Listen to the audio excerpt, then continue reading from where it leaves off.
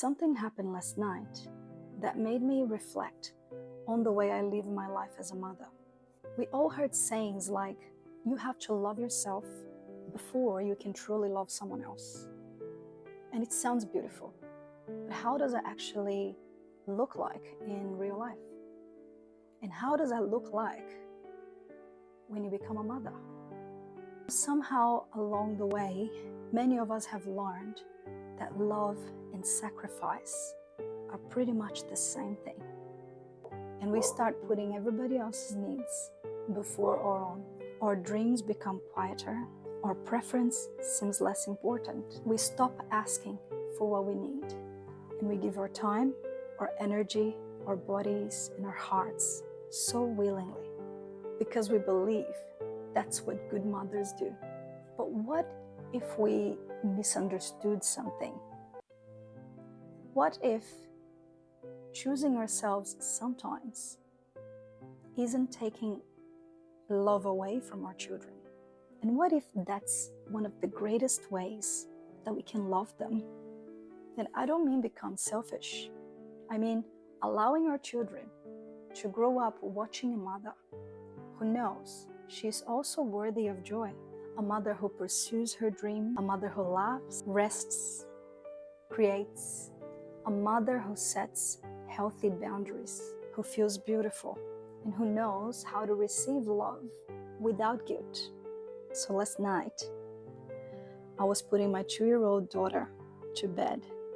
And as we always do, we were talking about how much I love her and all the things I love about her. And as we started drifting off to sleep, she suddenly whispered, "Mommy." And I said, "Yes, baby." And then she came to me, put her little finger on my nose and said, "You are a very brave little girl."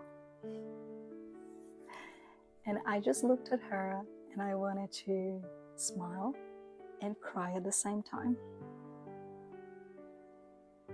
In that moment, I realized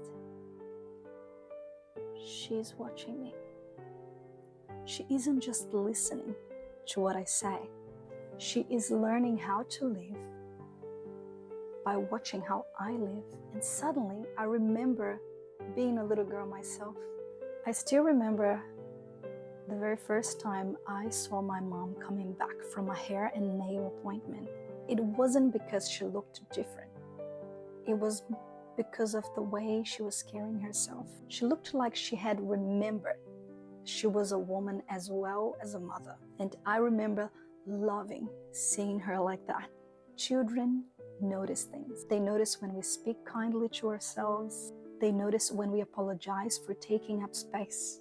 They notice when we chase our dreams. And they also notice when we abandon them.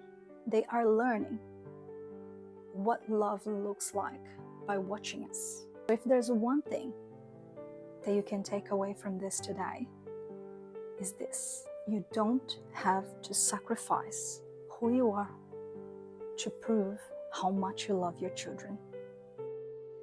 You don't have to sacrifice who you are to prove how much you love your children.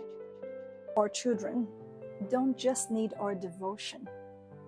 They need our authenticity.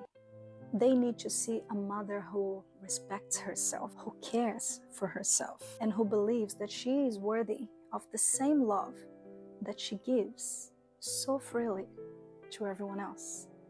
Because one day, our children will build their lives based on what they watched us model.